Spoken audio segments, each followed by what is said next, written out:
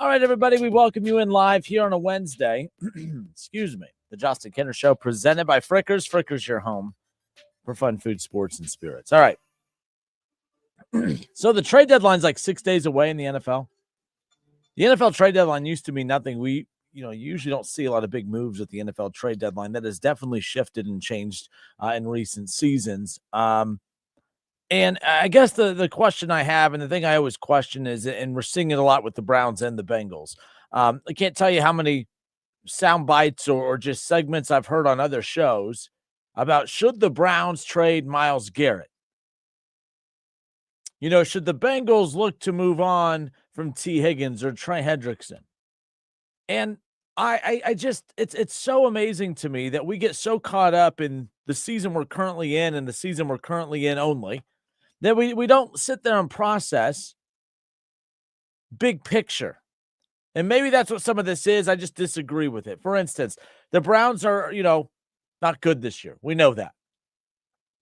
And moving forward, the Browns are hoping that they can figure something out at the quarterback position and the wide receiver position and wide receiver 2 position and a couple offensive linemen. A second running back would be nice. Tight end seems to be okay. But it's besides the point. Why is it that every time a team has a bad season, right away the narrative is, all right, how many of the good players should they trade away? How about none? I get it. The team is bad. And the team that is bad that has good players, how about you keep your good players so that you're this much closer to becoming good as a whole once again? I just don't understand the concept of, well, the Browns think this year they should move on from Myles Garrett. They just paid the guy. They just gave him an extension, and they knew that the possibility, they knew there was a chance that this season could have been rough to begin with. It is rough, and I just think it's absolutely silly that we are spending, or at least I'm seeing a lot of media outlets spend so much time trying to push the narrative that the Browns need to, by the way, financially can't. That dead cap is just going to be absolutely brutal. Why do we do that? And I'm guilty of it at times too. We did it with Trey Hendrickson. Man, the Bengals are bad. They're not going to make the playoffs most likely, so they should move on from Trey Hendrickson. Or go back to what we were all saying in the offseason, or the majority of you. Keep Trey Hendrickson. Don't trade him. Extend him. And then go spend money in the offseason and add another Trey Hendrickson-type impact player. I just don't understand that mindset. You're a bad team because you don't have a lot of good players. And now you want to move on from the good players you already have? How does that make sense? How does that make them better? It doesn't. I'm not a fan of that. That's the thing that's driving me nuts. And we do this in baseball all the time. Baseball especially. I mean, this past year, oh man, because we didn't really know who the Reds were, but the second the Reds started getting a little dicey, everyone's like, well, maybe they should move on from Brady Singer. Maybe they should move on. Maybe they should hold on to their guys and add people instead of moving on from guys. I don't understand that mindset. I don't understand that concept whatsoever, that when bad teams are not, when a team is having a bad season, that they think the answer is, we don't have enough good players. So the few good players we do have, let's move on from them.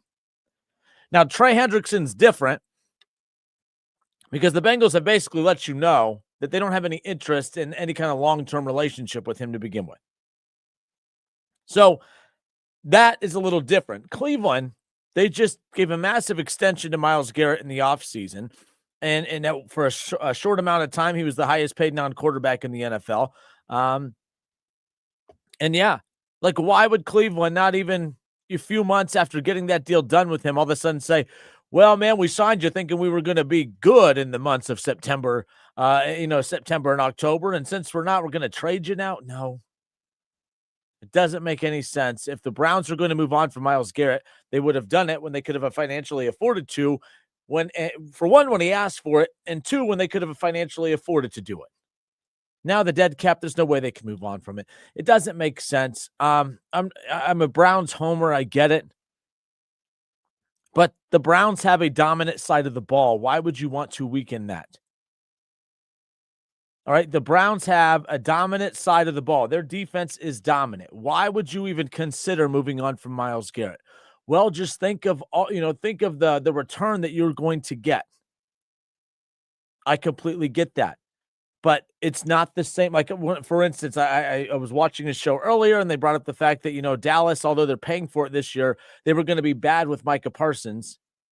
So they might as well be bad without him for a year and get those draft picks. Well, I completely get that as well. But what you're hoping is with those draft picks that you draft a player that's as impactful as Micah Parsons, and then you're right back to where you started to begin with.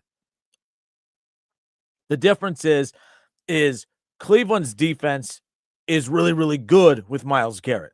Dallas's defense was not very, very good with Micah Parsons. That's why this isn't even comparable.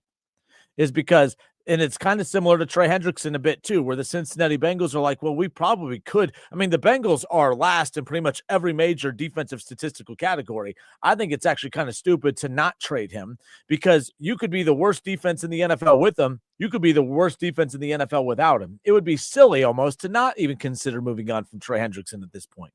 Cleveland, however, it would be very, very silly, because you have an elite defense with Myles Garrett, and you will not have an elite defense without him. It's not the same thing. Micah Parsons is, I find the Bengals situation with Trey Hendrickson more comparable to what Dallas had with Micah Parsons than I do to the Myles Garrett situation. Cleveland would be worse without Myles Garrett. Cincinnati would not be worse without Trey Hendrickson. You statistically can't get any worse. The trade deadline 6 days away. I don't think anyone has any hot takes right now as far as who should be moved and who shouldn't be moved, as far as the teams that we follow a lot, the Browns and the Bengals. However, I do find the Trey Hendrickson thing interesting. I think that the Bengals are mathematically in it. I just don't see Trey Hendrickson making a difference down the stretch, whether they make the playoffs or not. This team with Trey Hendrickson on the field, even though he can get to the quarterback, the team just can't collectively get there. I've said it before. This isn't a shot at Trey Hendrickson. I just don't view him as an impact player. I'm still sticking to that. When I watched, and this TJ Watt is not good anymore, but I remember watching Steelers games in years past, and I was watching TJ Watt just manhandle a game by himself. I watched Myles Garrett manhandle a game by himself. I never get that vibe with Trey Hendrickson, and I'm not hating or just piling on your team. I think it would be silly at this point to keep Trey Hendrickson. And I don't think moving on from Trey Hendrickson means that they don't believe that they can make the playoffs. I just think it's one of those things where we are so bad defensively, even with him, it's not really going to hurt if we move on from him. I think that the Bengals could trade Trey Hendrickson, have a horrendous defense with or without him, and acquire a second or a third round pick for Trey Hendrickson in the back end. The Niners are desperate. The Lions are desperate. The Seahawks might be interested. I think that the Bengals should seriously consider it. Whether they actually believe that they are a legitimate playoff contender or not, they should really consider moving on from Trey Hendrickson in the next 6 days.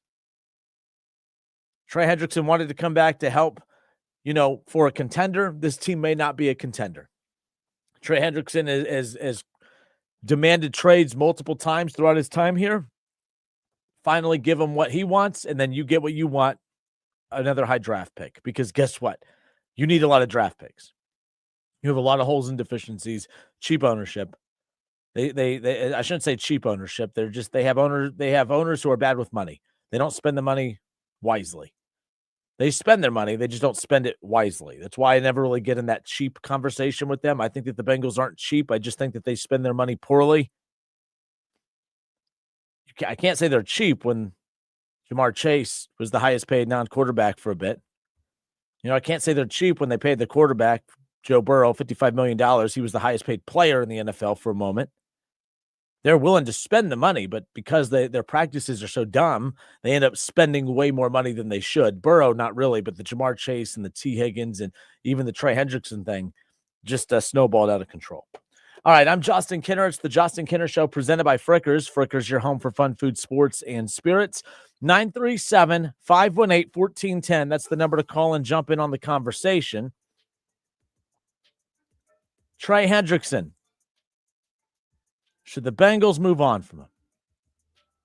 Even if they would have won last Sunday against the Jets and were 500, I still would have said they need to move on from him because he's not a difference maker right now. And it's not all his fault. This defense is just so bad that he's not really making a difference. So if you have the worst defense in the NFL with him, you could have the worst defense in the NFL without him and get a second or a third round pick for him, which is something that you desperately need. 937-518-1410. Agree or disagree? We'll pick up with your phone calls when we come back. It's the Justin Kinner Show presented by Frickers.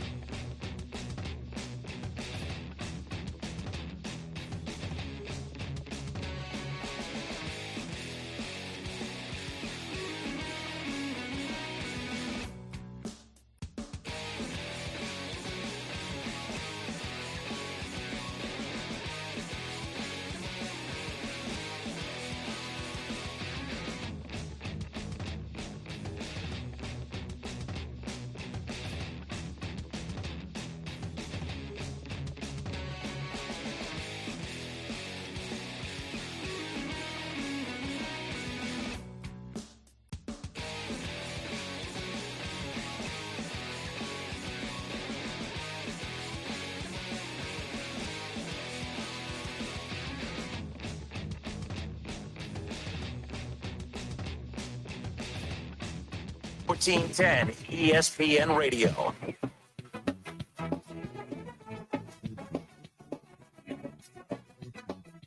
Nine 937-518-1410. That's the number to call and jump in on the conversation. I'm Justin Kinner with you here on a Wednesday. It's 3:20 here in the Miami Valley. I hope everybody's had a great week.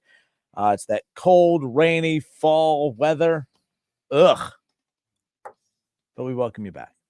So we opened up the show again. We're 6 days away from the NFL trade deadline, and we're heading into this stretch of games where a lot of teams are just trying to figure out who they are. Not even who they are. I think there's a lot of teams who think they know who they are, but they're afraid to make any decisions at this trade deadline because mathematically, a lot of teams are still in it. Like, relax. Just let me finish my statement before you judge me. The Browns are mathematically in the playoff hunt.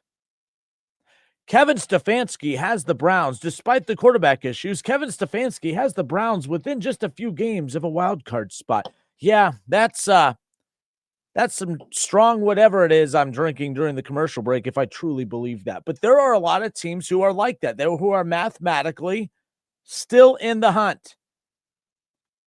Realistically, not so much.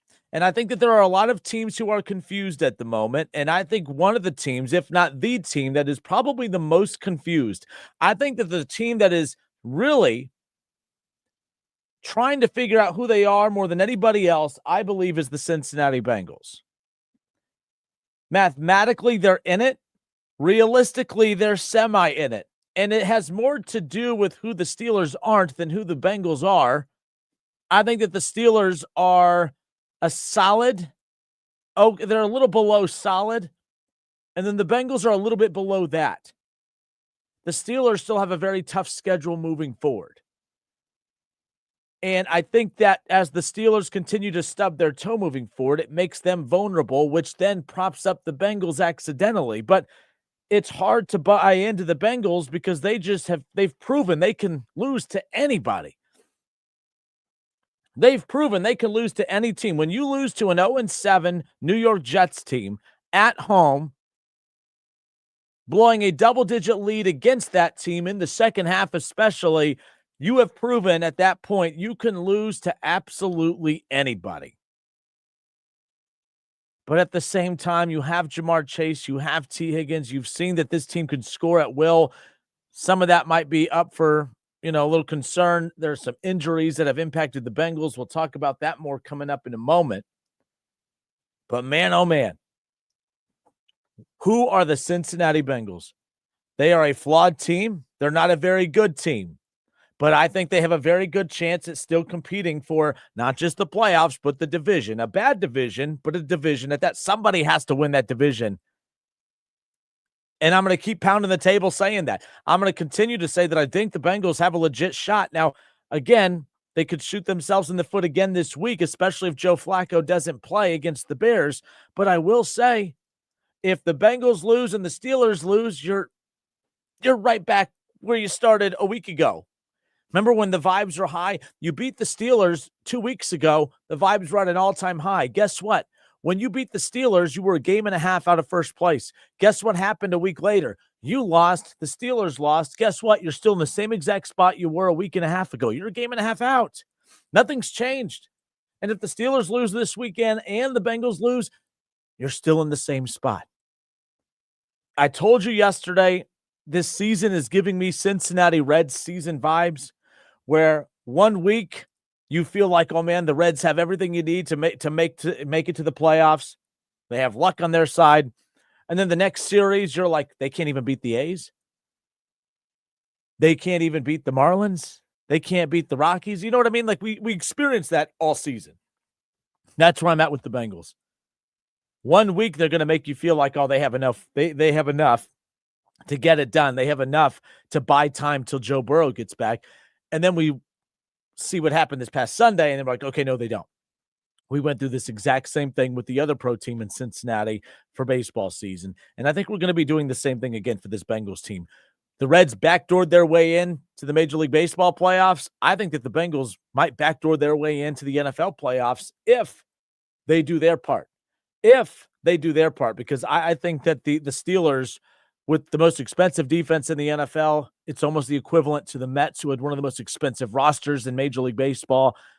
Injuries and just the fact that they weren't very good depleted them down the stretch. And I think that's going to be the Steelers as well. I think it's almost the same scenario playing out, kind of, right? Like, that's where we're at. So the question I asked a little bit ago, when it comes to Trey Hendrickson, as the trade deadline is 6 days away, the Bengals have a decision to make.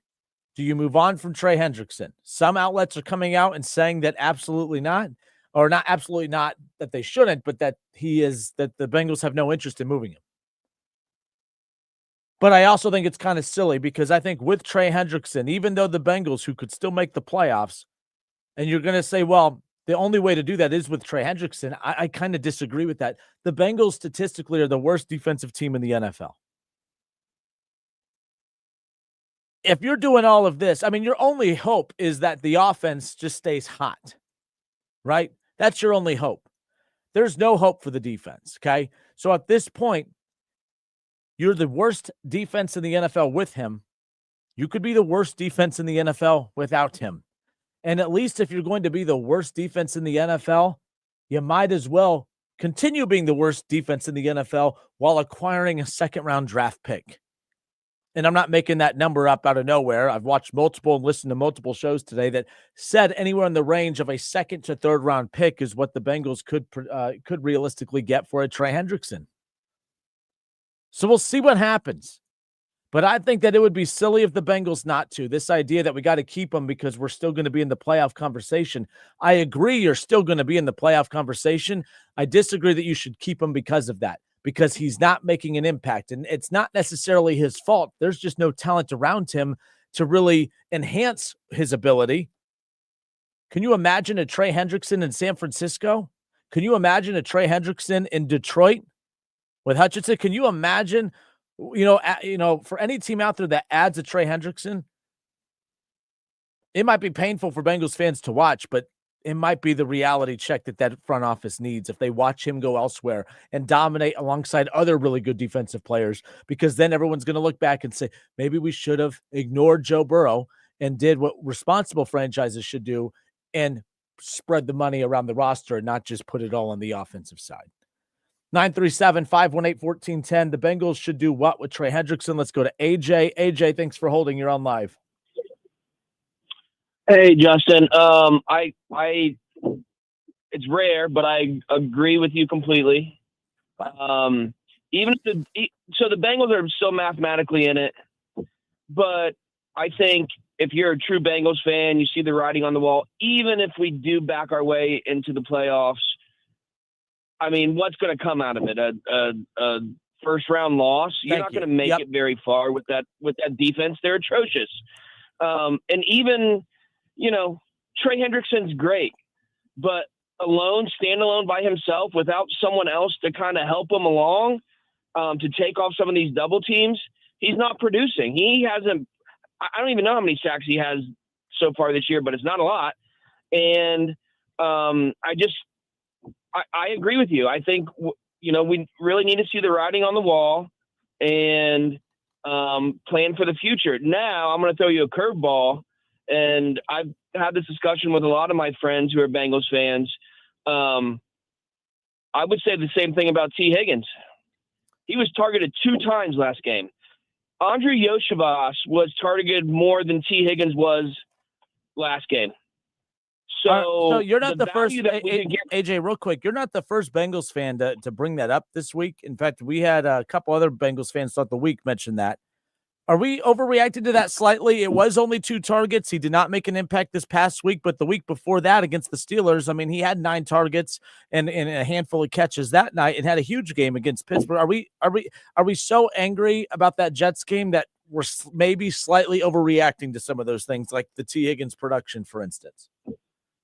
Maybe slightly, but I think the value that you can get for him long term, considering where the Bengals stand on the rest of the team, I mean, you gotta take the value where you can. And I would say that T is the most valuable asset that the Bengals have right now that they would be even considering willing to trade it. They're not going to get rid of Jamar. They're not going to get rid of Joe, obviously, but you got to improve. And to take to your point, which you said very, very often, Joe Burrow should be able to produce with 1 number 1 receiver. Yes. He doesn't need 2 number 1 receivers. And that's not a Bengals hater take. That's my mindset for any elite quarterback out there. I don't think an elite quarterback needs multiple elite wide receivers. Or what I mean by that is they don't financially need 2 elite wide receivers. If you happen to draft a couple, more power to you. But I don't think this team desperately needs to financially prioritize paying wide receivers like that when you have Joe Burrow and have Jamar Chase especially. Exactly. You're absolutely right. I mean, yeah, you can get an elite wide receiver in the draft, get him cheap. You're not paying him number one money. And it's one of those things where you got to test Joe Burrow. Like, how elite is he? You know, Josh Allen is producing just fine without two number one receivers. Patrick Mahomes, I mean, he's got what? Rashee Rice and Xavier Worthy and old Travis Kelce. Like, he doesn't have the firepower that Joe Burrow has. So, you know, if this team is going to be elite, the money needs to be spent on the defense. The defense has always been the Achilles heel for the Bengals, even leading up to when they were in the Super Bowl. Yeah, the ironic part we was had an elite defense or a higher quality defense in the Super Bowl, that game would have ended a lot differently. Yeah, and the thing is too is like kind of knowing your limitations a little bit. Like the Bengals, they struggle drafting offensive linemen and apparently anyone on defense at this point. It's like, okay, if you know that, then you need to overcompensate for your inability to be able to pinpoint talent at the college level when you draft them.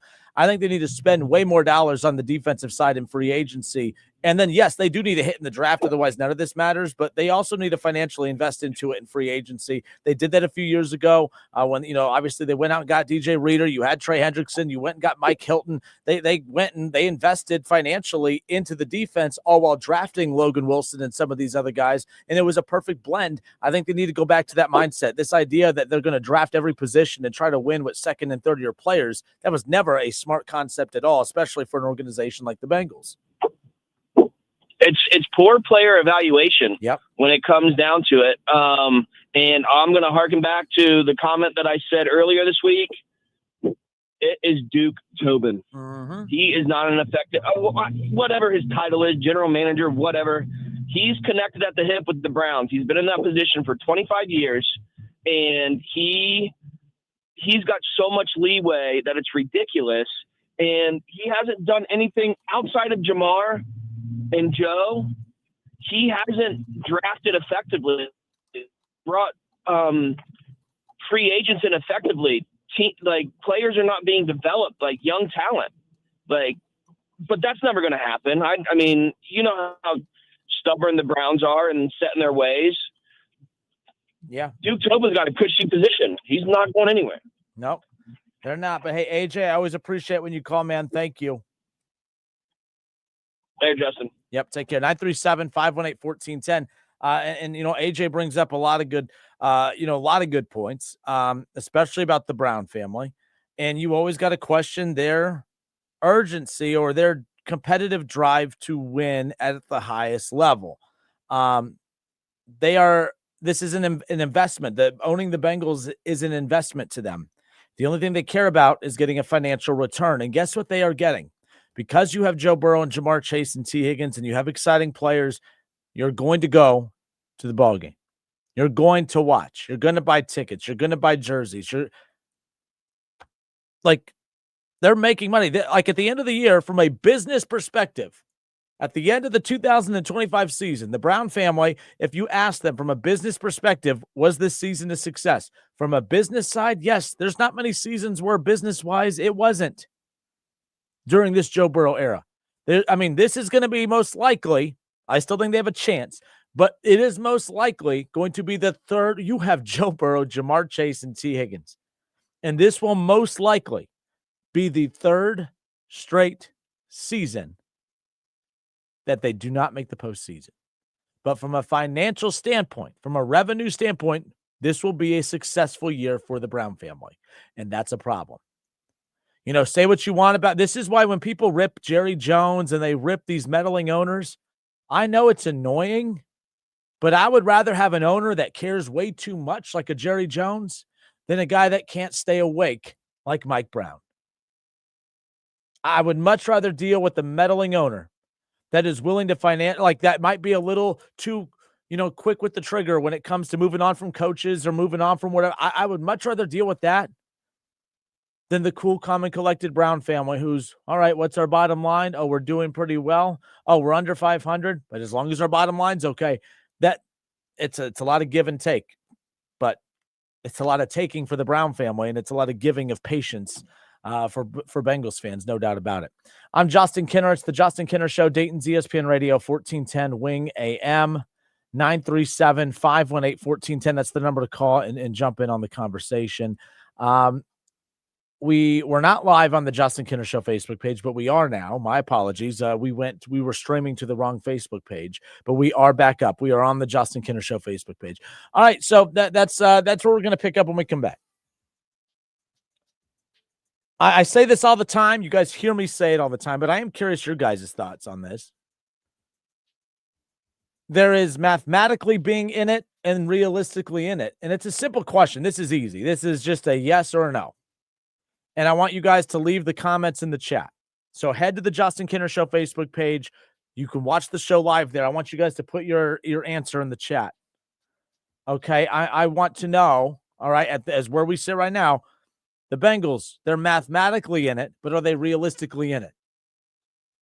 I'm curious your guys' thoughts. Or you can call the show at 937-518-1410. We'll be right back.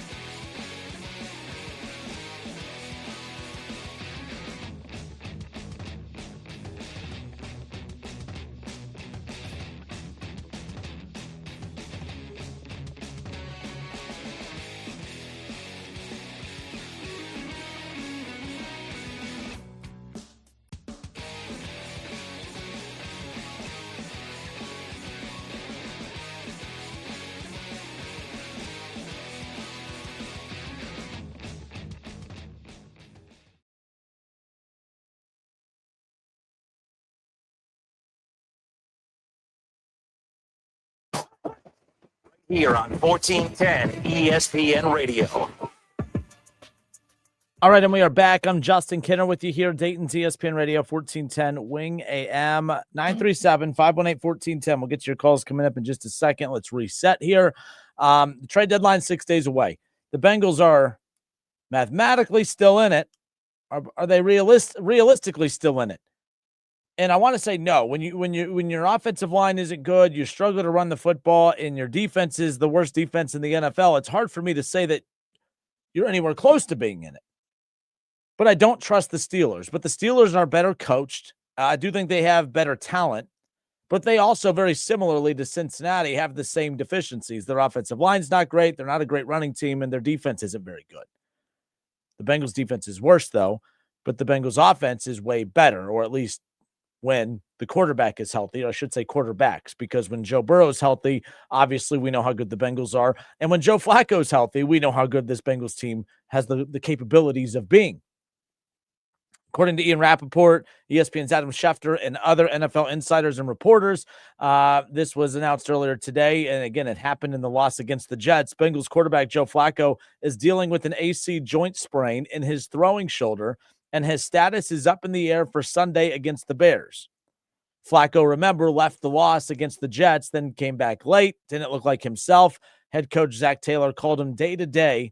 Jake Browning could potentially be the starting quarterback for the Bears matchup coming up this weekend. Ian Rappaport also goes on to say that Coach Zach Taylor said one issue is because Joe Flacco has only been here, 3 weeks, there really isn't the experience there to know what he can do on a limited, on very limited reps.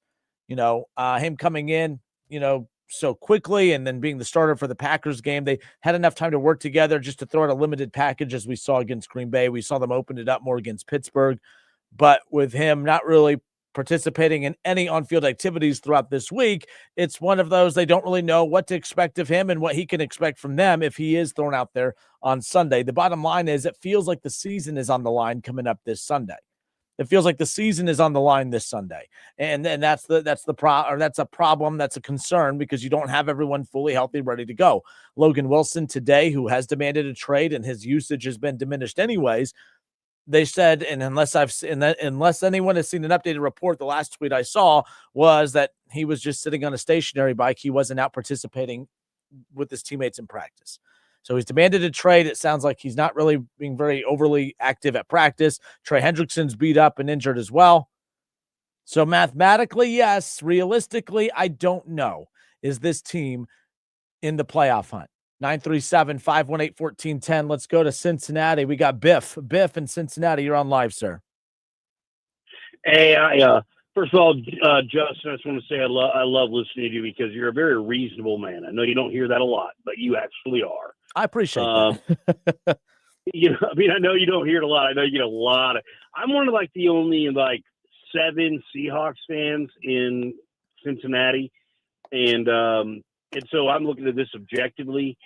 I really would love to say that Cincinnati's realistically still in it. I mean, if mathematically is what they always want to fall back on. But with Joe Flacco already being a little injured, being a 41-year-old quarterback with an injury, that's the one thing you couldn't have. You got to keep him healthy to be good enough to even contend. And you're going to have Lamar Jackson coming back. I don't trust the Steelers to stay good all season, but I do think that within a week or two, you could have the Steelers and the Ravens sitting basically in the same spot. And then, of course, whoever represents the AFC North is just going to fail out in the first or second round of the playoffs anyway, because unless you just happen to flip a coin and God gives you a magic wand, you're not going to make the Super Bowl like Cincinnati did a few years back. I mean, that was just a coin flip of fate. But I really think that you're right. I don't think that Cincinnati is realistically in it. I mean, if you looked exactly what you were just talking about, the defense, the offensive line, do you disagree? I don't think you disagree. I don't see how there's a realistic chance with other teams coming on the up and Cincinnati now already knocked down and then taking another hit. that to me kind of says, Trey Hendrickson. Well, Biff, here's the thing, and here's why. For one, I agree with everything you're saying to a certain extent, but there's one X factor in all of this, and that is the Pittsburgh Steelers. Keep in mind, like the Bengals don't have to be better than the Steelers over the next couple of weeks. They just have to match their result. And what I mean by that is the Steelers lost this past week. So did the Bengals. Nothing really changed since the win, against Pittsburgh. The Steelers, they have the Colts, the hottest team in football, coming up. They could realistically lose that. Even if Cincinnati loses this weekend, as long as the Steelers lose, they're fine. And then the Steelers have the Chargers on the road the following week, and then they have the Bengals again. And by that point, you would like to think Joe Flacco hopefully is healthy. The next 3 games for Pittsburgh, I think, also decide Cincinnati's fate as well, because you said teams. I don't think this is about teams. I think this is about one team, and I think that is Pittsburgh. Everyone wants to say Lamar's going to come, bringing the Ravens back. The Ravens may get Lamar back, but their defense is shredded right now with injuries, and they're not getting those guys back for at least another month. So the AFC North is wildly wide open. Someone has to win it. It's going to be a below-average team. That's why Cincinnati, it's tough to say they don't have a shot, because they kind of do, as weird as it sounds. I know one last thing. Yep. So it's kind of like the AFC North. The AFC North is more like, trying, like I'm from Alaska originally. That's why I'm a Seahawks fan. If I had a bear in the woods, it's the AFC North now, is what you're saying. And I agree with you. I think that's a great point. I don't need to be faster than the bear. I just need to be faster than you. Yeah. Can you I'm going to survive. It's a game of keep away at this point, nonetheless. Yeah, that's a great point. I agree with you. I'm 100% on board. You're right. But hey, Biff, I appreciate the kind words. I appreciate you listening, and I definitely appreciate you calling. Thank you so much. Yes, sir. 937-518-1410. Let's go to Ed. Ed, thanks for holding. You're on live, sir. Hey, Justin, if Browning starts, they can't beat the Browns or the Bears. Snoop Huntley just beat the Bears this past weekend, which is just wild to me. I know, but the Bengals defense, if they couldn't stop the Jets, if the Jets score 39, the Bears will score 50. Yeah. The thing that I'm amazed is that, I watch Ohio State because they're undefeated. They're kicking butt. But why? I haven't even bothered watching the Browns or the Bengals since like first couple of weeks. It's just not worth watching. And I can't believe the amazing thing is, like for Cleveland, they're still getting 64,000 people in that stadium. I was one of those 64,000 people 2 weeks ago standing in the pouring rain, but at least I got to watch a rare victory for old Cleveland. But no, look, I think the Bengals fans, at least those games are entertaining. I don't think the result of the game over the weekend was entertaining, but you're on the edge of your seat. You're watching, entertaining football. It's back and forth, but it's interesting. Ed, I think we lost you there. Call back. We'll get you back in line. But no, look, I know what you're saying. So if you're just joining us, Ed just called and said, luckily, for the Buckeyes, they're undefeated. They're dominating their opponents, but it's been tough watching the Browns and Bengals. Well, no kidding. The Browns are hard to watch. They're very good defensively, but offensively, they are a train wreck. They are not fun to watch as far as that goes. But the Bengals, I still think, are fun to watch. Joe Flacco makes them fun to watch. That offense is fun to watch. And you guys may not agree because it's your team, and watching your team play embarrassingly bad defense may not feel fun, but at least you're invested into the game. You're asking a Browns fan to feel bad for you. I don't, because I'm watching a game. Like, the Browns defense for 3 games this year has held opponents to only field goals in the first half, and they've lost by double digits in every one of those because the offense can't score. So at least if it was the opposite, it would be fun to just watch the offense score points and be able to cheer for touchdowns and to be able to, I can't do any of that. At least you guys put up 38 points. I don't feel bad for you. I can sympathize with you. I just don't feel bad for you. I find those games to be very entertaining, the Bengals games. But the result, that's tough.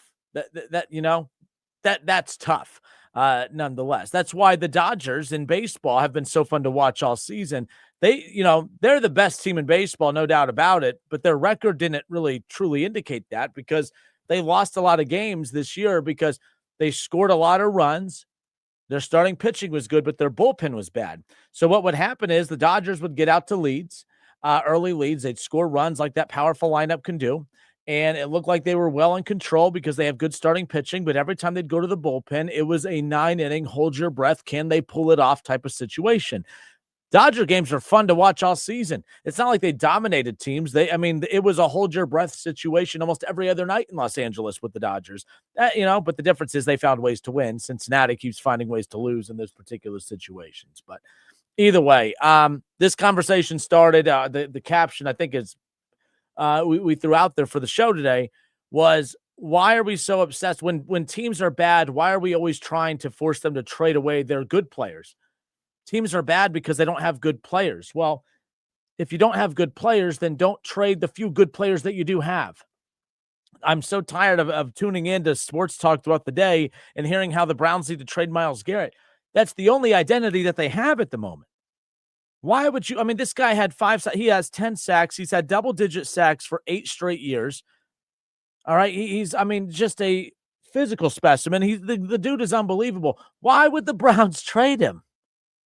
Oh, so they can get more draft picks. Okay, that's a reason, but is it a good one? That's a reason, but is it a good one? You have a dominant side of the ball. The defense is elite. Why would the Cleveland Browns move on from Myles Garrett? I think that's a horrible mindset to have, and Cleveland is not even entertaining it. You would like to think so, but they gave him the $40 million a year contract just a few months ago after he demanded a trade. Then he was happy. Most people are if you put $40 million a year in front of them. I know I would be.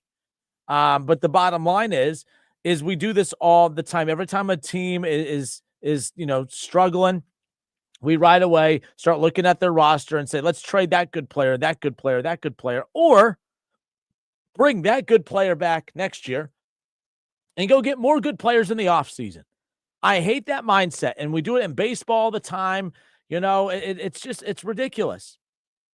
Every time, a team is not playing as well as what they're anticipated to, the answer is, well, we got to get rid of our good players. Or stop what you're doing, add more good players to your current good players. Voila. Maybe I'm making it too simplistic, and I know that I am, but at the same time, I just don't get why we always do that. Trey Hendrickson, though, is different, as I stated earlier. I think the Bengals should move on from Trey Hendrickson, not because the Bengals are playing poorly. It's because I don't think he makes an impact, and here's why.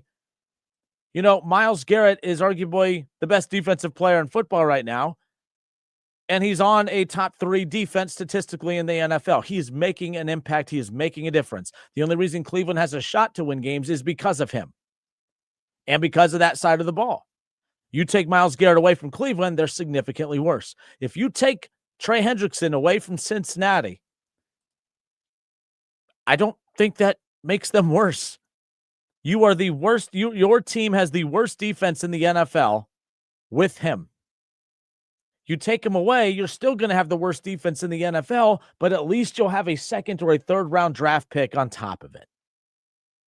And with how many holes and deficiencies that this team has, they need every draft pick imaginable, because even though they do have a handful of picks next year, the success rate, the hit rate for Duke Tobin and that front office as of late has been so slim that he needs as many draft picks as possible just to increase the likelihood of at least 2 or 3 of these guys panning out. I think that the Bengals, no matter what happens on Sunday, should move on from Trey Hendrickson. The defense is the worst in the NFL with him. So if you're going to have the worst defense in the NFL, you might as well have your cake and eat it too. Have the worst defense in the NFL and Trey Hendrickson and not have him for the future, or have the worst defense in the NFL without Trey Hendrickson and get a high premium draft pick for next year. I think it's pretty simple. I know which one I would be pulling for because I don't think his situation is similar to others. So there you go. It's the Justin Kinner Show presented by Frickers. Frickers, your home for fun, food, sports, and spirits. I also want to give a shout out to our other sponsor of the Justin Kinner Show, Dayton Weight Loss Secret. The Dayton Weight Loss Secret program has successfully helped thousands of people, including myself, lose 20 to 30 pounds in the first month or 2. Schedule your free consultation in person or virtually by calling 937-999-1480 or online at DaytonWeightLossSecret.com. No injections, no endless workouts, no pre-ordered meals that come arriving on your doorstep that look better on the package than when you open them up and microwave them. None of that.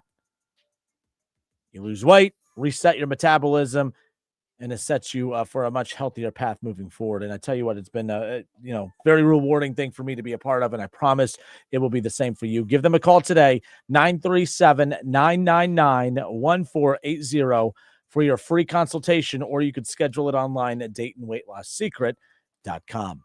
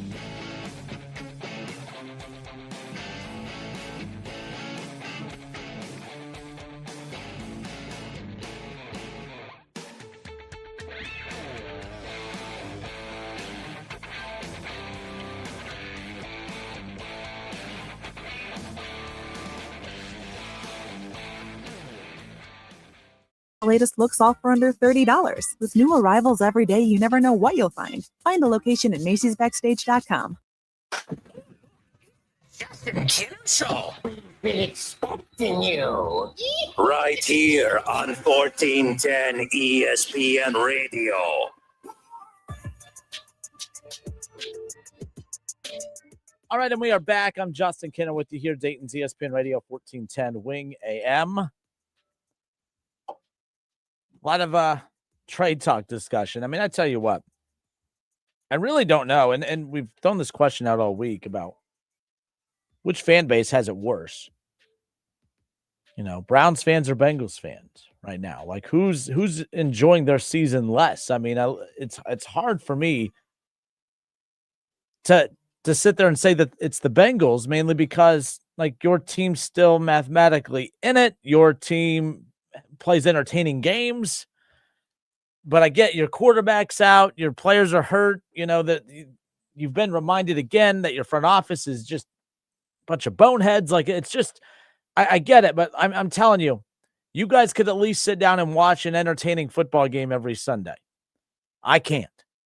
I still think Browns fans have it worse this year. And not overall, but this year, I do think that Browns, you can't watch the Browns. They are unwatchable with Dillon Gabriel. So I you know, I do come across a lot that I think I'm always right and everybody else is always wrong, but I'm willing to change my opinion as situations or just more details come out. And I was a pro Kevin Stefanski guy for the longest time, but for everyone out there that thinks that he has a vendetta against Shedeur Sanders, I thought that was the dumbest thing in the world. I thought, you know, keep in mind, like, this is an organization that has been desperately in need of a quarterback for 3 decades now. So I had a hard time believing that if they truly had a super talented quarterback on the roster, why would a team that has been desperate for a quarterback for 3 decades, a coach that is almost coaching for his job at this point, why would an organization and a coach have a super talented quarterback on the bench and just not play him? I just said that doesn't make any sense. But then I forgot that it's Cleveland. Then I forgot that it's the Browns. And I think Kevin Stefanski, who I've been a big advocate for. I think that, you know, everyone says that quarterback, like, I disagree with a lot of narratives that are floated around out there that you got to leave Cleveland to be good. Keep in mind, Baker Mayfield was good in Cleveland. Remember, that's why you guys keep saying, I can't believe you guys just let him go. Remember that? Yeah, I remember that. Joe Flacco, Joe Flacco had to leave Cleveland to be good. Joe Flacco was good in Cleveland. Joe Flacco led them to the playoffs under Kevin Stefanski. He also had Amari Cooper, and he had, you know, very good pass catchers. He had a very good offensive line. He had Nick Chubb. Like, let's not twist this any more than what it needs to be. Cleveland deserves it, but I'm just saying, I hope that you guys are just being trolls and not actually delusional enough to think that you have to leave Cleveland to be good. Baker Mayfield was good in Cleveland. Jacoby Brissett was good in Cleveland. Kevin Stefanski won with DTR. He won with a lot of quarterbacks in Cleveland. Let's not do this, okay? Because the narrative heading into last year is that Deshaun Watson needs to be removed from the Browns because this was the narrative last year. Kevin Stefanski could win with every quarterback. He's won with every quarterback that he has had in Cleveland except one, and that was Deshaun Watson. And then guess what? Dillon Gabriel stinks. 40-year-old Joe Flacco 2 years later. Now all of a sudden, Kevin Stefanski can't win with these quarterbacks. I disagree with it. However, I think Kevin Stefanski's lost his damn mind this year. I don't know how you can watch Dillon Gabriel. Like, this is the NFL. We know very quickly, okay, whether you could play or not. Like, even Sam Darnold took a few years for him to finally click. But even in the years that he wasn't clicking, there was something there. He could complete a pass. He would have a good quarter. He would have multiple good series. He would make bad decisions, which is why he hopped around a lot. But ultimately, there was something there. Baker Mayfield couldn't stay healthy, had an attitude problem, was very inconsistent. He had the injury to the shoulder, but there was something there. You knew Baker Mayfield had something. You knew he was capable of being a quarterback in the NFL. Dillon Gabriel, not so much. Dillon Gabriel does not look like a quarterback. And in fact, when half your play calls are designed to protect his limitations, I would love to know which plays bring out his strengths, because I don't think he has any. Kevin Stefanski is so obsessed with calling plays built around his deficiencies to protect him from it that he has yet to call any offensive plays that enhance his strengths. The deep balls he threw were ducks. I mean, they just floated in the air. He threw it into double coverage. Like there's not one play I've seen this kid make where I'm like, there it is. That's that special. I mean, I forgot too, because I went to the Rose Bowl and I watched him suck it up there too. Like I should have known, like, oh, this is how he is against NFL talent. He's not good. Dillon Gabriel was very good in college. I'm not that delusional, but Dillon Gabriel just, I'm not a big fan of organizations who just do the measurable stuff. Like the Bengals, for instance, it's all about the measurables. That's why they took Shamar Stewart. Well, his numbers don't look like Myles Garrett, but he physically looks like Myles Garrett, so we're going to draft him. Like, I disagree with that, but I do think that should play a role in some things. The Browns are just ignoring that. They brought in a 40-year-old quarterback, and they brought in Mr. Dillon Gabriel, of course, with Shedeur and Kenny Pickett and all this other stuff. This has just been a mess. I was wrong.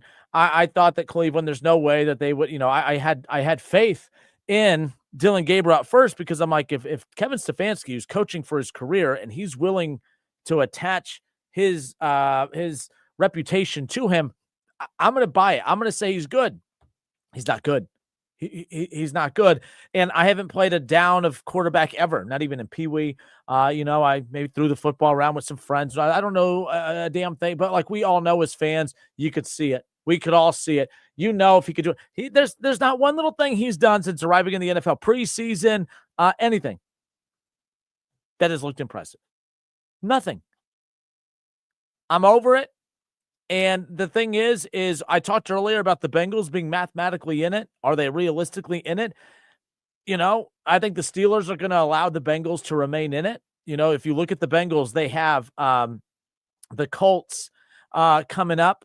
And then who did I say they had earlier? I'm sorry. This is where my brain is getting all foggy. I apologize. But the Steelers over the next two. Oh, yeah. They have the Colts, the best team in football right now. And then they have the Chargers on the road the following week. Like, I think that the Steelers are going to allow the Bengals to remain in this. But also, the Browns are a 2-win team. If the Bengals are mathematically in it, the Bengals have one more win than Cleveland. They're still in it too. And I don't think they're going to remain in it, by the way. I'm not advocating that, so relax. I'm not being a homer. But my point is this might be your last chance to stay mathematically in it. So why are you going to be stubborn with Dillon Gabriel? Why not? Like, can you imagine, by the way? Like, because here's what I don't want to have happen in Cleveland. I don't want them to go to Shedeur Sanders over the last 4 weeks and then Shedeur just balls out. The offense comes to life. And then everyone's like, man, if only they would have gone to him sooner. I would much rather the Browns make a mistake of going to Shedeur too soon than going to him too late because the division sucks. The Steelers are interesting. I like Aaron Rodgers. The only thing about the Steelers organization I like is Aaron Rodgers. Outside of that, I think Mike Tomlin's overrated as hell. I can't stand it. I can't stand the Steelers. My good friend Kev Nash, if he's listening, he knows I don't like his Pittsburgh Steelers. He knows I'm not a big Mike Tomlin fan. But you know what? It doesn't matter. I do like Aaron Rodgers. I think Aaron Rodgers makes them interesting. Way more interesting than Kenny Pickett and way more interesting than Mitch Trubisky and all the other mess they tried throwing out there in recent years. But they're defensively flawed. They're old. They're their offensive line's not very good. They can't run the football. Look, the bottom line is mathematically, the Browns are still in this, as dumb as it sounds. And with that defense, you don't even need to average 30 points a game. But you got to get Dillon Gabriel gives you 0% chance of winning football games. Even the game that they won, I was in Cleveland a few weeks ago when they beat the Dolphins. That was a 3-touchdown game from Quinshon Judkins. That wasn't oh my gosh, the offense came to life. Thank goodness. I mean, the passing game. No, it was all the run game. You're not going to win a lot of games in the NFL only relying on your run game and defense. You have to have somewhat of a complementary pass game. And this is how bad I know this is because no one says that. Usually you say, all right, you have to have somewhat of a complementary run game to your pass game, not complementary pass game. What are we doing here? Like, this is ridiculous. What I do not want to see is Cleveland. I don't want to see, Shedeur Sanders look elite in the final month of the season when it's too late. Like I said before, I would much rather the Browns make a mistake by going to Shedeur Sanders too early than going to him too late. Because can you imagine coming out of the bye week, Shedeur Sanders lights up the Jets defense?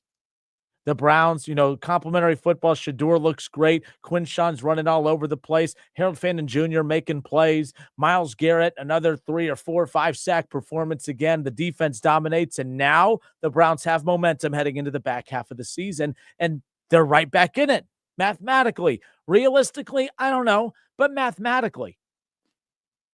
The Steelers are a 4-win team. The Browns have 2 wins. Should have 3 wins if they would have beat Cincinnati in week 1, but woulda, coulda, shoulda. Yeah, I know. Man, oh man. I'm getting heated though. I was very defensive of Kevin Stefanski.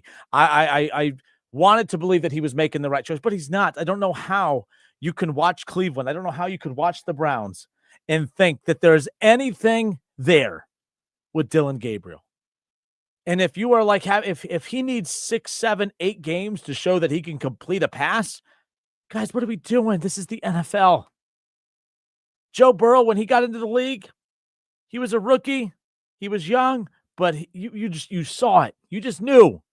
Justin Herbert, same thing. Even Josh Allen. Josh Allen didn't put up great numbers early on, but my God, he looked the part. He was a physical specimen. He can make plays with his legs. Dillon Gabriel, he would at least, he's not much more versatile with his legs than Joe Flacco was. In fact, Joe Flacco has made more plays with his legs for the Bengals than we've seen at all from Dillon Gabriel. I can't do this. I can't watch another game I will not watch the Browns. The Browns and the Jets in the Who's Worse Bowl. I don't want to watch that, and I will not watch that if Dillon Gabriel is the quarterback coming out of the bye week. It has to be Shedeur Sanders, and it won't. But that's going to be the problem. They're going to come out and lose to a 1-win team and be embarrassed, and then what? And then make the switch to Shedeur? Why not make the switch to Shedeur now? Give him 2 weeks to prepare for a 1-win team. Pick up your 3rd win of the season. The Steelers have the Colts. They lose. Now you're within a game of the Steelers at the top of the division along with the Bengals. Like, the Browns are right there. The Bengals are right there. Hell, the Ravens, a 1-win team for the longest time. They just got their 2nd win. They're right back in this as well. Everyone is back in it in the AFC North. And Kevin Stefanski wants to be a moron and continue to roll out Dillon Gabriel. If I see Dillon Gabriel start for the Browns in a loss against the Jets, oh, man. I might accidentally sneeze and say who day. It's going to piss me off like you would not believe if that ends up being the case. Browns fans, if you're listening, I really need to know, how are you holding up here? If you're not a Browns fan and you're watching this situation, how I would be making fun of us too. Like I said, if you lose with Shedeur, that means you've exhausted all your bullets. You shot everything out early with Joe Flacco. It didn't work. You tried Dillon Gabriel. Didn't work. It doesn't work with Shedeur. That's the thing with Cleveland. If it doesn't work with Shedeur, it's Cleveland. No one's really expecting it to work. Everyone's hoping it works because Shedeur Sanders, if Shedeur leads Cleveland to the playoffs after the horrific start that they had, imagine the storyline. There's no better or bigger story in the NFL than that. But at least give that storyline a chance. Give your organization a chance. How can you look at anything that Dillon Gabriel has done in the last month and think that, okay, coming out of the bye week, he gives us a chance? I would much rather the Browns go to Shedeur Sanders too early than wait too long and go to him too late. Because I don't want to see the Browns mathematically out of it and then Shedeur get the starts and then Shedeur look good. Because if that's the case, fire Stefanski at that moment, because Stefanski would be the single-handed reason why the Browns miss the playoffs if that's the case. I would much rather the Browns lose with Shedeur Sanders moving forward than Dillon Gabriel. And it's not Dillon Gabriel's fault, but my goodness, I don't get it. I don't get it. It's a train wreck. Watching him is painful. I can't do it. I can't do it. Justifying the draft order, sure evident Gabriel lacks the arm talent. Oh, I'm kind of upset that you're using the word talent. I don't see any talent. But yeah, it's wild. And by the way, there's either 2 ways to look at this. Maybe I'm mad at Kevin Stefanski right now, but maybe it's, man, if Dillon Gabriel is this bad, we're all just assuming that Shedeur's better. But maybe maybe Kevin Stefanski's saying, no, we're not going to go to Shedeur because I know he's worse than this. I don't think so. I don't think so. It's preseason. I'm not going to pretend to put a lot into preseason, but Shedeur looked the part even in preseason. He just looked like a quarterback. Dillon Gabriel does not. Look, and I'm a short guy myself. I should be sympathizing with the little guys. With the little people. I should be sympathizing with old Dillon Gabriel. I can't. He's giving us a bad name. I don't like when other small people ruin it for the other small people, and he's ruining it for everybody else. Him and Tua, both. Adam Seldner on Facebook says Dillon Gabriel is only worth watching during the first 10 to 15 scripted plays.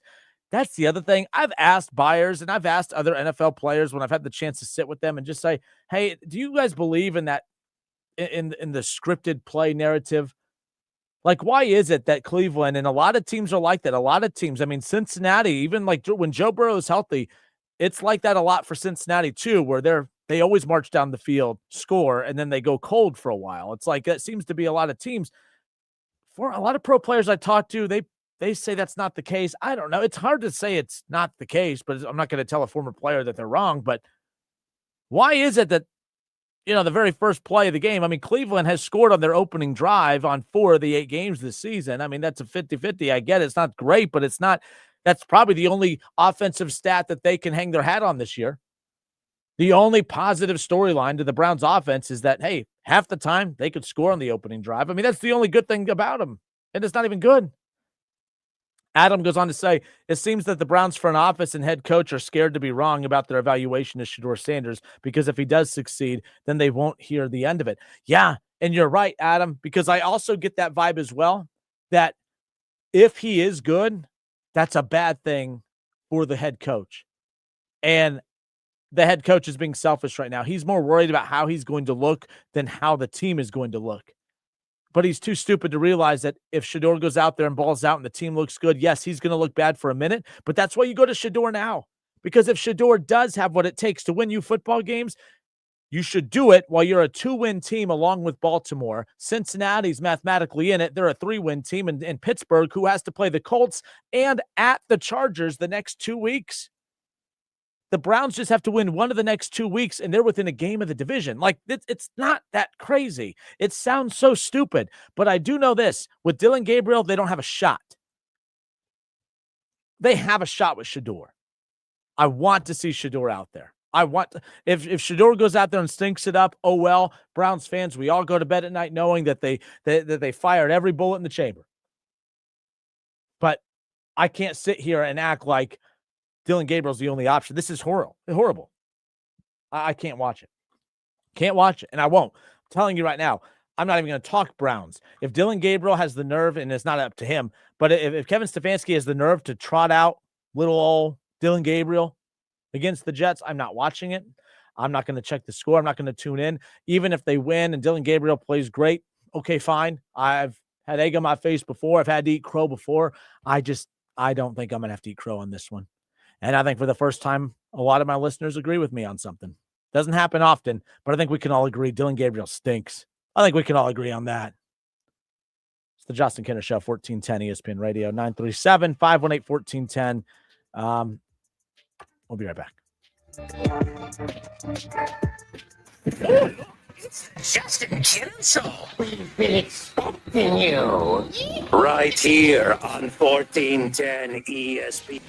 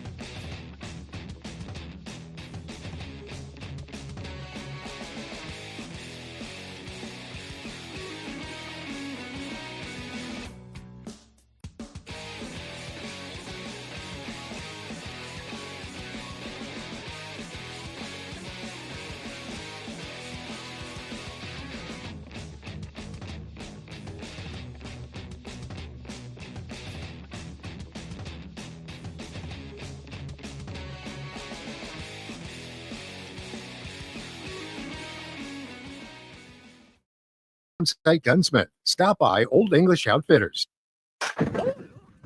Justin Kinsel, we've been expecting you. Right here on 1410 ESPN Radio.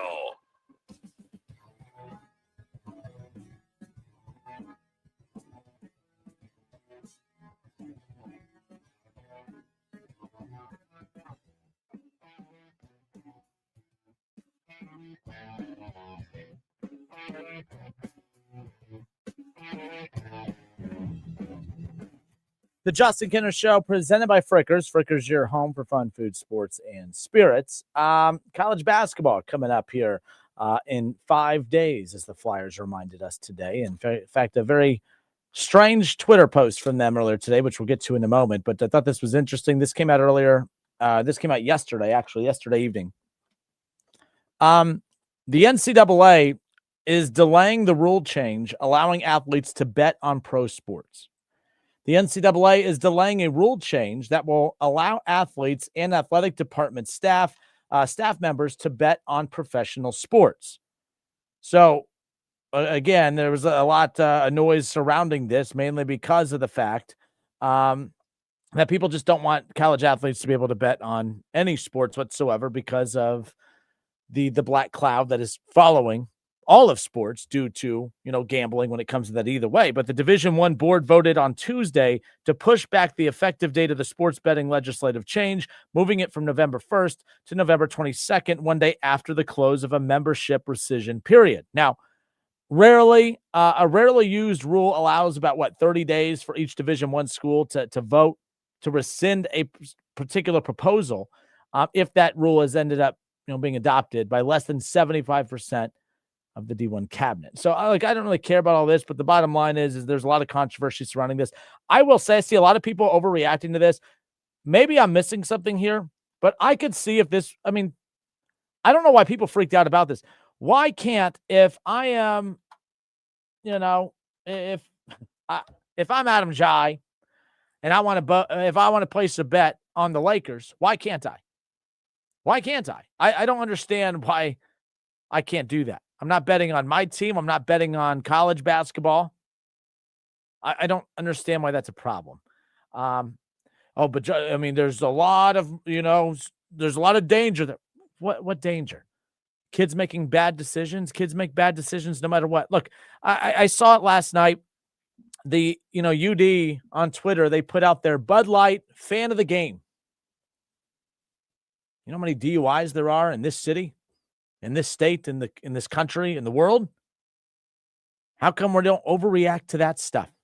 Okay, how come that's not a problem to have Bud Light sponsoring our youth? Our college athletes. The stars of tomorrow. How come it's not? How come it's okay to have that, but we can't have the UD fan of the game presented by FanDuel? Why is that? Why? I think we got to stop with this stuff, man. I get it. And what I mean by this stuff, if an athlete decides that they are going to go into business for themselves and they're going to shave points with their performance, or they're going to turn the ball over on purpose because they know the point spread or because they know the game's on the line or whatever, then they should be dealt with respectively based on whatever the punishment rightfully so is for said punishment, crime, whatever.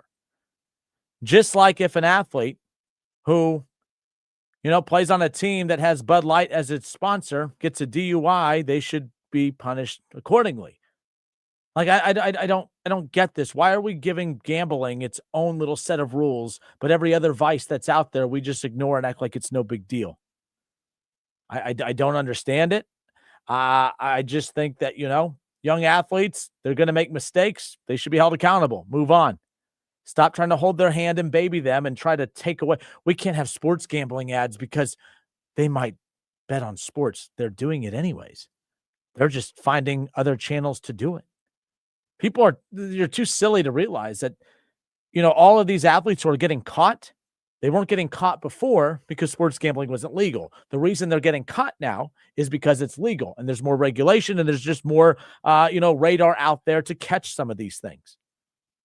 sports betting being legal is actually helpful because there are practices in place to track down and track these situations. Can't do it when everything's illegal and everything's happening underground. I'm not saying it's okay. I'm not saying it's okay what these players have been accused of or what they've potentially done. It's definitely not okay. Just like it's not okay if a player gets a DUI. Just like it's not okay if a player skips class. And I'm not comparing all these things like that, based on severity level. They're all different, but I'm just saying these are young athletes. These are young adults who are going to make stupid decisions. That's what these guys do. And clearly it's not a young adult thing. Terry Rozier is not a young adult. He's just an idiot. And he may not be a bad person. Like Adam Jai hasn't been found guilty of anything, but the bottom line is if he did do it, I don't think anything less of him. I don't think that the kid's a bad person. I think that as a young adult, if an opportunity is in front of you to help you make money or your buddies make money, I'm not saying it's right, but come on. Young and dumb. Not young and bad person, just young and dumb. Make it, and if he did do it, he should be held accountable for it in whatever that means. I'm so over all of this with people acting like, oh man, thank goodness they changed this. This is just horrendous. The NCAA delaying a rule change that would allow athletes and athletic department staff members to bet on professional sports. Let them bet on professional sports. It's not your sport. It's not your team. It's not your league, conference, whatever. It just doesn't make sense. So I can't bet. So the World Series going on right now. Adam Jai, he can't place a bet on the World Series. Why? What the hell does the World Series have to do with the A-10 Dayton Flyers NCAA basketball? What does it have to do? People are so silly. The way people are reacting to this is if the NCAA was about to allow athletes to bet on the sport themselves, to bet on college basketball. That's the way people are acting. I saw one UD reporter yesterday put up the little praying hands as this announcement was made. I'm like, what are you thanking the Lord for this? What is this doing? You think that these athletes are going to they'll find someone else to make a bet for them. I mean, come on. It's so annoying. Also, the other thing I'll say, I know we talked about this yesterday. I thought this was interesting. I played the audio for you yesterday. I'm bringing all this up because I have no bad opinion of Adam Jai. I've heard nothing but great things about the kid. I have nothing against this kid. And I'm going to tell you right now, even if something comes out that he did do something stupid, I'm not going to think anything less of him. I just don't think that these mistakes make you a bad person. It just means you made a mistake. And so I want to make sure I put that disclaimer out there right now. But as I bring this up, I find it very interesting how hard in the paint UD is going to defend this kid. And based on their actions, what I mean by that is they must feel pretty damn confident that they are going to find nothing on him. And I hope that's the case. And I know you as Flyer fans hope that to be the case as well. So I thought Anthony Grant I thought when the team warmed up on Monday night ahead of their exhibition game with Bowling Green and Adam Jai was out there, I thought that was interesting. I thought that was interesting. To me, this is nothing personal against the kid. I've heard nothing but great things about him, but I wouldn't want him anywhere near my program right now. I'm not going to pull your scholarship. I want you to still go to class and I need you to still get good grades. And I just need you to be at an arm's length from our program until the findings of this report come out. I don't want you on our bench or in our locker room because, now everything Dayton does with someone that's been accused of that until the findings come out, everyone's going to look at you a little sideways. Weird things happen in a game. I mean, Anthony Grant's known for blowing some leads. Anthony Grant is known for having some very weird finishes to games. I don't need to think that, well, I wonder what's going on there. Something looked fishy. Nah, just bad coaching. We've been seeing it for years. But that's besides the point. I don't want him near the program until he's been cleared. Period. I don't think he's a bad guy. I like the kid. Have heard nothing bad about it. But until you know that he hasn't done it, I don't want him anywhere near the program. So he sat on the bench. He was warming up with the team ahead of their matchup with Bowling Green on Monday night. Pictures were, swarming all over social media. A lot of Flyer fans were confused by this because UD had just released a statement on it. The reason I'm bringing this back up again today is because earlier today, I found this interesting. Earlier today, UD on their social media account put out their Twitter, on Twitter, 5 days until the season's here. All right, 5 days away. All right. It's not the tweet that I have up. For those watching on the Justin Kinner Show Facebook page right now, I don't have the tweet pulled up, but this is the picture that they used. And the reason I found this interesting is because they are not trying to distance themselves from this kid whatsoever. So they use this picture right here, Adam Jai. He wears number 5, and they are saying we are 5 days away from the season. And they used his picture with his number and jersey name and all that stuff. Now, I'm not soft. I'm not offended by this. I just find this interesting because Anthony Grant is keeping him around the team. By the way, there are other players who are a part of this investigation, and they've been released from their team. Now, maybe those teams know something more about the particular player involved, and that's why they pulled the trigger on that situation. And maybe UD knows that their kid is not, even though he's a part of the investigation, maybe they know that Jai is not involved, but that he's still being investigated anyways, and that's why they're willing to go out on a limb like this. But to have him on the floor Monday night after a statement that was released, a vague one at that, about eligibility issues, trying to make it like a front, is like it's a GPA thing and it had nothing to do with that. No, just your everyday gambling scandal, whatever. I thought that was a weird look. I thought it was a weird look on Monday night. I thought it was a weird look in the post game when Anthony Grant went on and on and on about how great of a kid he is and how much of a competitor he is. And he loves to be out on the floor with his teammates. All things that nobody's questioning, by the way. Never questioned his competitive drive. Never questioned his ability to be a good teammate. We know all of the Anthony Grant having to go out there to tell us all that. We all don't care about that. What we all want to know is he a part of some major cheating college basketball sports betting scandal? That's all we want to know. Simple as that. So I thought that was strange to have him warming up and on the bench ahead of the Bowling Green game. I thought it was strange for Anthony Grant to go on this long rant, and not really rant, but just praise-a-thon for his player who's being investigated by the NCAA for sports gambling and shaving points and all this other weird stuff, right? I thought that was weird. And then the third weird thing is this. Their actuals, and by the way, this isn't some social media intern that put this out there without permission. UD cares about their image probably more than any even Power 4 school that I know. They are very careful with what they allow out there. I mean, go look at the statement that they released earlier in the week. They're very careful. They're not going to tell you any more than they have to. It was brought to our attention by the NCAA about some eligibility concerns, dating back to his time, his previous program, letting you know, slight eligibility concerns. The situation did not occur here, so we're not responsible for it. It happened while he was at his previous school, and we're just going to hold him out. They care very much about and as they should. This isn't a terrible thing, by the way, but I'm just saying they care very much about how they're viewed. So I don't think I'm very confident almost that this kid did nothing wrong, because UD, they're so sanctimonious. They're so just very protective of everything. They would not risk this, in my opinion, if they were not 100% positive that this kid did nothing wrong. They would not have let him on the floor even to warm up and sit on the bench on Monday night if they felt he did something wrong. I don't think Anthony Grant goes on a long little, post-game praise fest for the kid if he maybe deep down thought he did something wrong.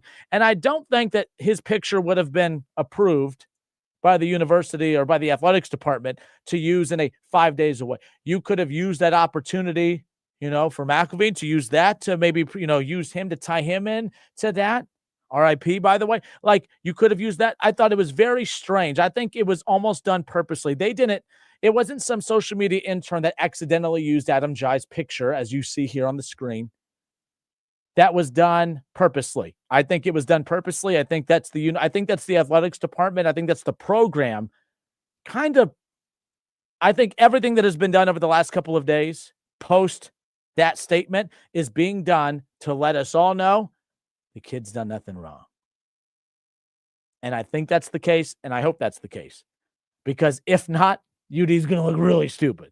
Okay, they're going to look really dumb if this kid is found to have done something wrong. If you're asking my opinion on it, if you think that I'm rubbing it in because I hate UD and all this stuff, I'm here to tell you my 2 cents on this. I don't think he did anything wrong. I don't think he did anything wrong. And the fact that UD is almost flaunting this kid in front of all of our faces days after. I mean, almost every day since. I think that's them confidently telling you this kid did nothing wrong. And he's going to be a huge fan favorite. I'm going to be a fan of his. I'm going to be pulling for him. The kid has talent. He was recruited by Rick Pitino when he was at Iona, which is unfortunately where a lot of this, where I think he, just being around it. I don't know. I don't know what happened, but when the findings come out, I think the kid's going to be fine. I just don't think UD does all this stuff if they truly felt he did anything wrong. It's that, or it's about to be a PR nightmare, because I'm going to highlight it again and again and again, how silly it was for them to do what they've done over the last 3 days if they weren't 1 billion% confident that the kid did nothing wrong, which is why I don't think he did anything wrong. Is what it is. 5 days till the season gets here for Dayton, Ohio State, Cincinnati, Wright State, all of it. I'm excited for college hoop season to be here, nonetheless. I'm Justin Kinner. It's the Justin Kinner Show presented by Frickers. Frickers, your home for fun, food, sports, and spirits. We'll be right back.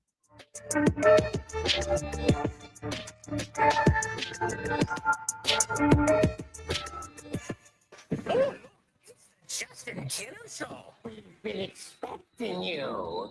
Right here on 1410.